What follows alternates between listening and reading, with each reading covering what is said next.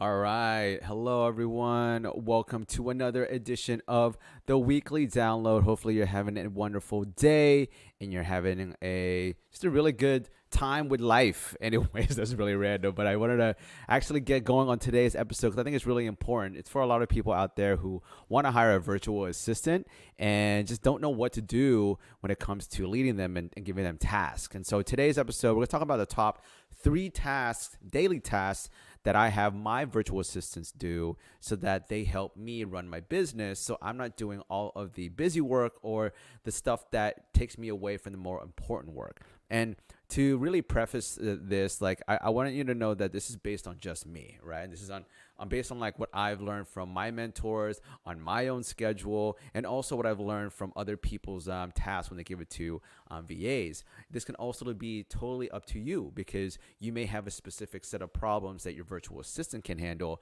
So what I've told my students and friends and what I've learned from the past, what I've done in the past, is actually keeping a log of your daily activities so you can determine what are the tasks that you do every single day or the activities that you do every single day that you don't like or want to handle and also take up most of your time. And so one of those tasks for me was checking Instagram messages, LinkedIn messages, Facebook messages, and sometimes my email, to tell you the truth.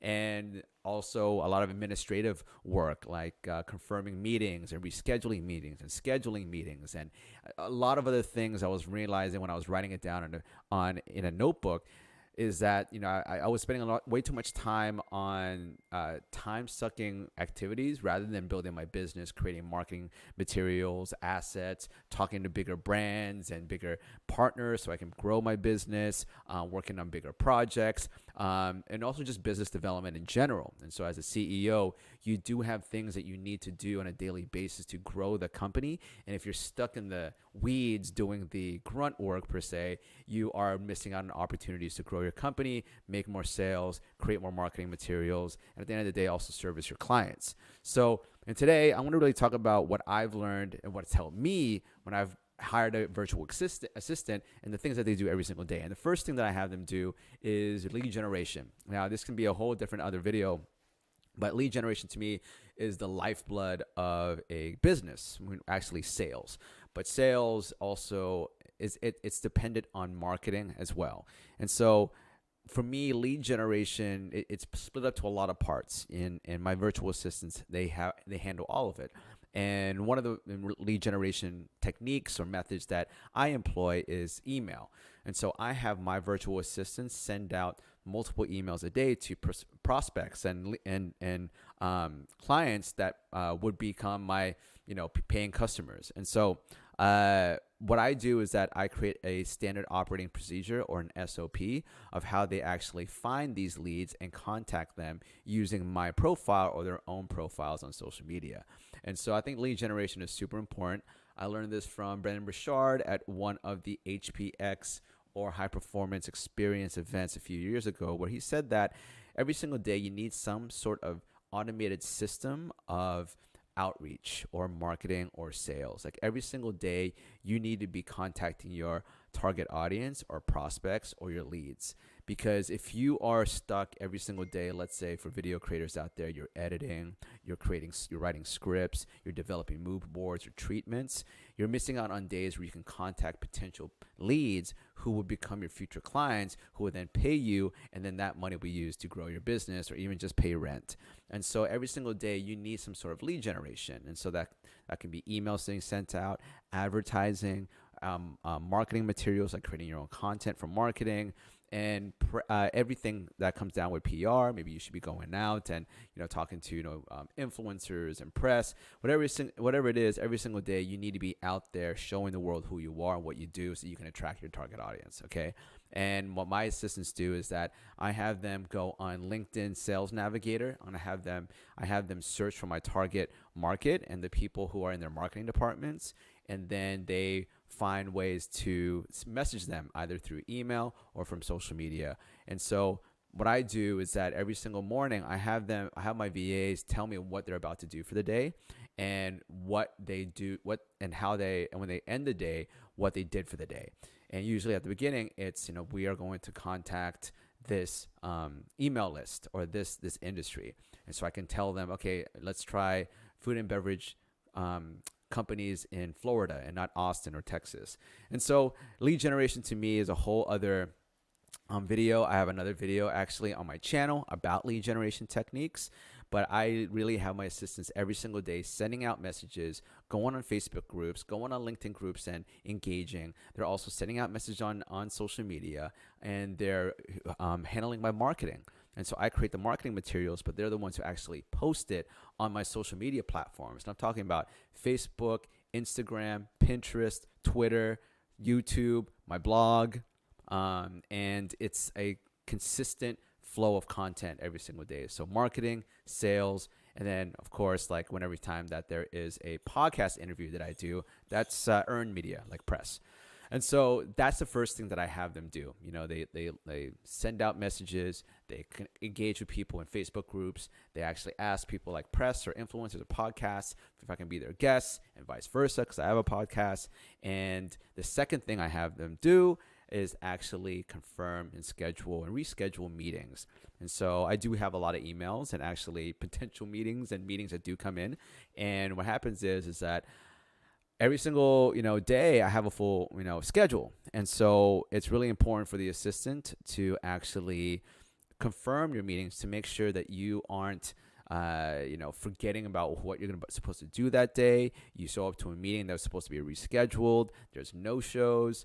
And it's really important that you actually know what your day is going to look like beforehand, like the night before, and having your assistant confirm, letting you know who hasn't confirmed, so that you can really plan out your day. So if you know that 2 meetings got rescheduled, maybe you can slot in 2 extra calls, or you can slot in that time to do development or business development work or creating marketing assets. And so it's really important to me that my VA also reschedules meetings. When people can't make a certain meeting, they're always making sure the people who are no-shows also get put back into the calendar. So they're always on top of rescheduling meetings. And so meetings to me, again, is part of sales. And so sales to me, of course, is the lifeblood of your business. And this is the way that you pay rent and pay your equipment and pay your employees and pay your VA. And so have your assistant confirm meetings, reschedule meetings, and also whenever there's inbound meetings and inbound messages like, hey, Mitchell, I want to, schedule a call with you. You can always send, of course, your Calendly, but CC your VA and have them also, work with clients and prospects with scheduling meetings. This is what I used to do in Hollywood when I was an assistant. I used to confirm meetings, reschedule meetings, and schedule meetings on a daily basis. This is like back in the day when we didn't have Google Calendar. I would have to either have it just in Microsoft Outlook, or I would have a real paper calendar. I'm dating myself right now.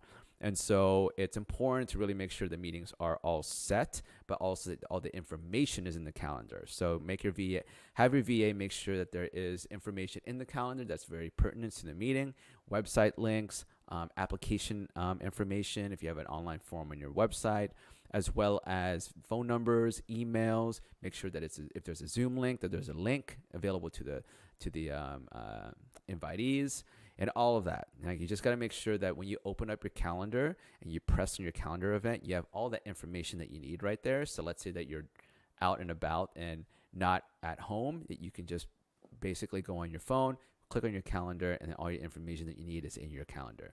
Now, the third thing that I have my assistants do is I actually have them check my messages and emails. And so this is something that you do down the line when you trust your assistant, is that you have them check your messages on LinkedIn, on social media like Instagram, Facebook, and eventually emails. And so the way that I've handled this, and I've learned from other people in the past, is that you have to make sure that your assistants know what is a positive response, and also what's a negative response and how to respond to that, and also what is a general response.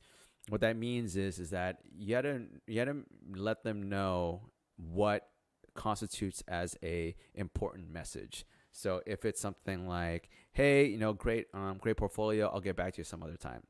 Like something like that is not really pertinent. You can create an SOP around how to respond to general responses. whether it's, hey, okay, great, thanks for watching, look at my portfolio, I'll check in with you in a couple weeks. So it's a very case by case basis, because it depends if your assistant can also write in English, right? Because if you have a VA, sometimes you have them in the Philippines or international, and also if they can write in conversational English, so it doesn't look like a copy and paste job, or the person can actually understand what they're trying to say.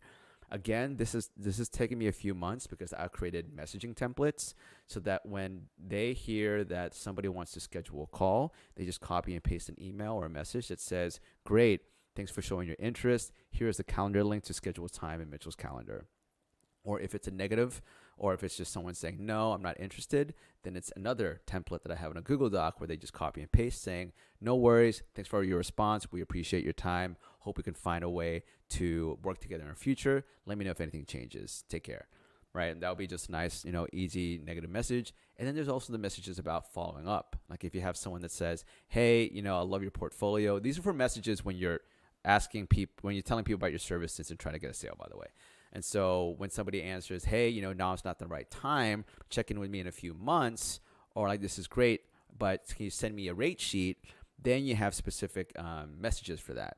And so those messages can, really vary, and depending on your voice and depending on what you want to do in those situations. Either send your rate sheet or schedule a call, or create a follow-up in your CRM in a few months, right? That's what I do with Close.io. And at the same time, when there's a rate sheet, I actually have them schedule a call. I don't like to send rate sheets because you want to be able to handle objections over the phone, right? And so for me, a lot of the messaging that goes out to people who are messaging you, like replies, it has to be set in stone so that your assistant knows what to do. And when it has to be, personalized because it's either a past client or someone that you give your assistant the freedom to also send you what it means, or ask you questions, and also answer it themselves. You want them to have some autonomy, because you can't just look at every single message and then expect and have to quality control, because it just becomes another inbox. You want to give the assistant also some freedom to reply in their own way after learning from a few months how you would usually reply to messages. And again, this takes some time.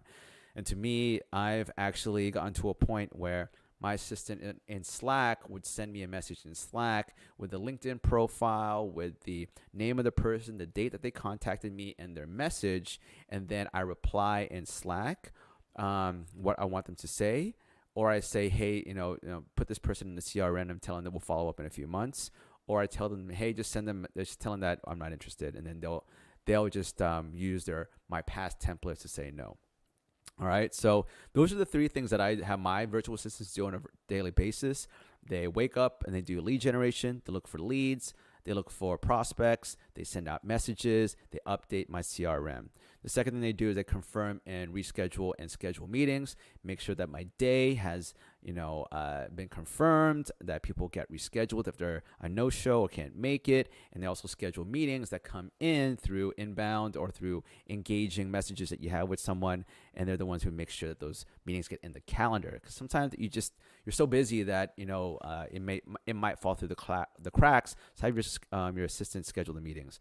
And make sure that every single calendar event has the information that you need for that meeting. So let's say you're in a hypothetical situation where you're out in the desert and you broke down, you have an important call and has all this information. If you could just open up your phone, you have reception, and you could just click on your calendar, you click on your calendar event, what is the information that you need for that meeting so that you can actually close that deal, okay? And then third is checking your messages and your emails and replying to your messages and emails. This is important for me because I did my time audit on myself, and that time audit shows me that I'm checking my inbox and my messages all the time, okay? And this is important for a lot of people out there who have businesses, is that you can't be stuck in the weeds checking your inbox and making sure that you always reply to people as soon as possible, It depends on what your philosophy is, but I'm the kind of person that only likes to check my emails or my inbox 2 to 3 times a day. And the rest of the time, I'm just doing work, okay? Because I don't want to be reactive. I want to be proactive with my work, All right. So those are the three things that I would have my VA do, and I have them do every single day. If you have any questions, please let me know. Leave a comment below or email me at mitchell@videocontentschool.com. Thank you so much for watching. Really appreciate you, and I will see you